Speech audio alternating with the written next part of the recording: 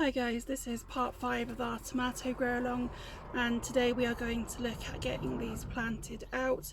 So I'm planting mine into the polytunnel.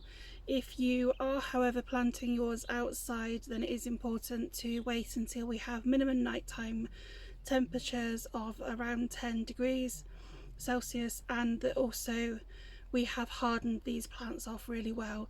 Don't just put them out. What can happen is that they get a shock and then they could die or really suffer the consequences and not do very well following that. So the first thing we need to do is prepare the beds, and I've done this by first of all removing the plants that were in them. I've also topped my bed with a thin layer of manure, and then I have some wood chips to go on once they are planted. I don't have all of my tomatoes ready to plant. I've got about half of them because a few varieties are still smaller. So this is what some of my varieties look like. These are the later sown ones that have taken a bit longer to get going this year, and then the ones that we sowed first of all are, as you can see, much bigger. Once you've got your bed prepped, one of the things that we also want to make sure that we do is really thoroughly water the bed. And if you've not been growing in these beds over winter, then without the roots and without the regular watering, the beds can be really dry and then they'll really struggle to hold that moisture again. So it might be something that you need to do over a few days just to make sure that it is very, very thoroughly watered and the water is going right down to the bottom. If we don't do this, then what we can find is that the roots can't go into the bottom where it is very dry, and it will give a more stunted growth to our plants, which is obviously not what we're trying to achieve. As well as planting some today into the beds, I'm also going to look at getting some ready for hanging baskets, and also some in larger pots, which will be my bush varieties for outside as well. So with our indeterminate varieties, so this is the vine type varieties, we need to make sure that we are side shooting these. So the first thing I want to make sure is that we know where these side shoots are, and on this one it's very clear where this one is, but what it can be is actually quite difficult then to work out what is the leading stem. So with this one a little bit bent over, you could mistake it, but if you follow that main stem all the way up, you can see that this is what is known as a sucker. So all we're going to do with this is snap it off, and they should snap quite easily at this stage. If they get bigger, and this one is quite large, then you're going to want to take something sharp that's clean to that, a pair of scissors or something similar. Now these suckers, interestingly, if you have either bought some F1 varieties, or maybe you've bought just 1 or 2 plants from the garden centre, or you've only had a couple that have successfully grown, it is something that's very easy to propagate. So all you would need to do is wait for them to be around this size or bigger, and then just pop those in some water. That will then grow roots, and it can be another plant very quickly that you could get in the ground in a couple of weeks. So that sucker was quite large, but I want to show you some of the other ones as well, just to make sure you understand. So a sucker is found between the stem and the leaf. So there's a sucker just in the corner here, and then every single corner you will find another sucker. And we're just going to continue to remove these only on our vine indeterminate varieties, not on our bush varieties. It is important that we know the difference between them and that we get them right. So the flowers will come off of the main stem and are in a different location. If you can see, here's a flower here, so it's usually quite easy to work out which is which. But if you are confused, do let me know and I will try and make it a bit clearer. So the suckers will also continue to put out more suckers. So once you have removed the suckers from the area, we are likely to have to go back and remove them again. It's not a one job done between each leaf and stem. I have taken my tool and cleaned it very well. So what I'm going to do is come in and remove some of these lower leaves. These leaves we are not going to need on here because we're going to bury this a bit deeper just to make sure that the plant has plenty of access to water as the roots are going to be put on the stem. And then I might well come in and remove some more just to make sure that it's not causing any issues of it touching the soil. So I've just removed 4 from the bottom currently. Next, I'm thinking about what I want to use to water, and I'm going to use the bottom of this bottle. So first of all, just going to remove the label and then cut the bottom off. I will use both sides, so I'm doing it roughly in the middle. And then on the lid, what I'll do is pop a main couple of holes in the actual bottom of the lid, which I'll use one of the heated tools that we've got, and then I poke a couple of holes around the edge just in case it does get blocked, and it makes sure that the water can still get through. And then on this one, I'm going to take my tool and just carefully poke holes, try not to cut myself, into the bottle. And they're not very big. I don't want the water to come out really quickly, so I'm going to do that on each of the grooves, just slightly wiggling the tool to make sure that it does open it up slightly. And then that's going to get buried beside the tomato for us to have something to water into. And then here is my baler twine that will be used to support the plant as well. And I've got one end that's knotted, that's going to go under the plant, and then the other end is attached to another piece of baler twine that runs across the top of my polytunnel and supports all the weight. You do need to make sure it is something that isn't going to snap and it is really strong, because it's very easy for them to rot.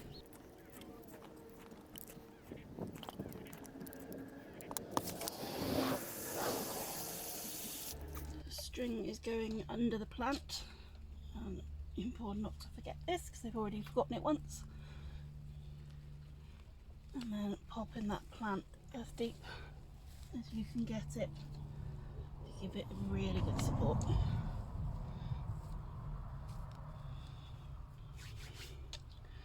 And all we're going to do with this is twiddle it round the plants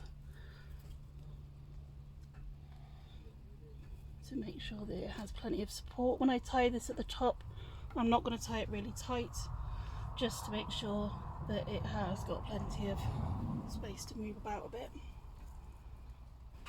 This is the next plant I'm popping in, which is the Juggo variety, so I'm just going to remove that lower leaf at the moment. I don't want to do too many. These plants are about 1.5 foot away from one another, and I plant them staggered as well. With wall pots, we don't take them off, they stay in the pot and the pot will just disintegrate around it. Oh, string.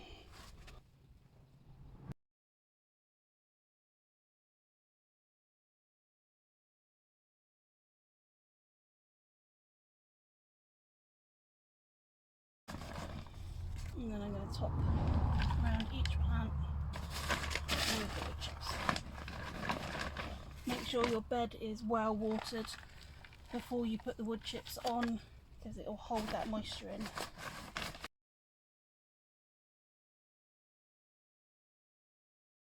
So you can see that these leaves are touching the wood chip. I'm not worried about that at the moment, but what we will do is remove them as the plant gets taller, but currently the plant will need those leaves in order to continue to grow properly. And then the same over here, as long as we've got a really good layer of wood chip and it's not going to cause any splashback, I'm not worried at the moment with the leaves touching them, and we'll deal with them soon. Next up, we're going to have a look at our bush varieties. So these are the determinate tomatoes that are both going in larger pots for me and could be planted into beds outside or inside. They want less support because they are a much bushier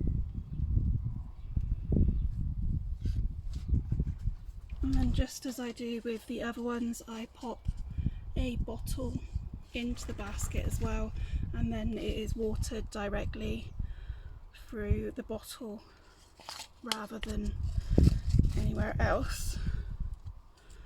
Just give that a good push around,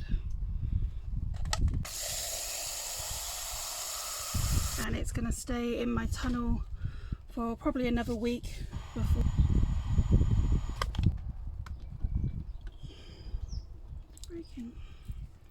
This is just going to sit in the water now and allow it to really soak up as much as the water as it can, just to make sure this basket is completely wet. Next up, I'm going to plant one of the bush varieties in this large tub. This one says that it's a 12-litre tub.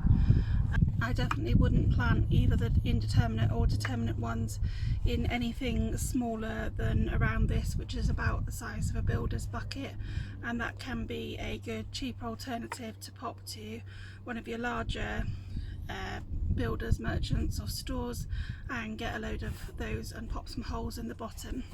I've got more of the large pieces out of my compost that have been sieved. I'm going to put about 2 to 3 inches of that in the bottom, and then compost on the top of that. And then with this particular one, I'm going to remove some of the lower leaves again and plant this one a bit deeper.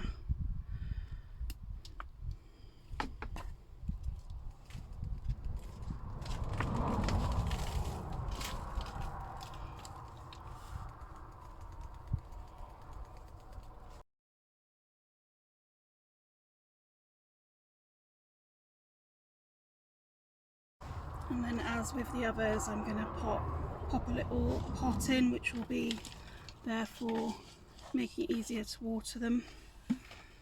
This is just an old yogurt pot. I could have definitely popped this one in a little bit deeper, but it doesn't matter.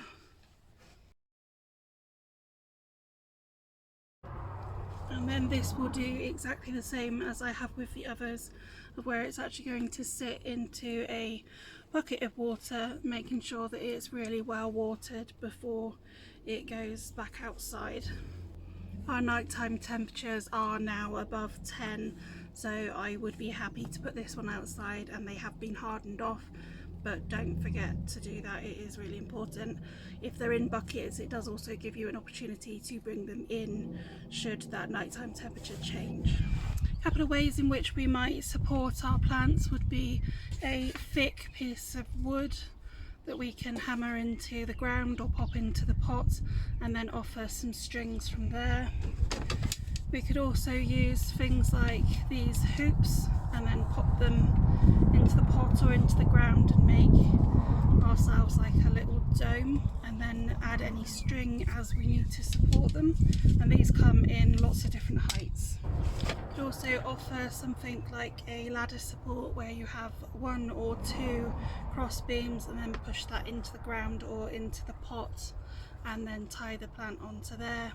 And then another option would be 3 canes attached together and then spread out and popped into a pot or into the ground like that.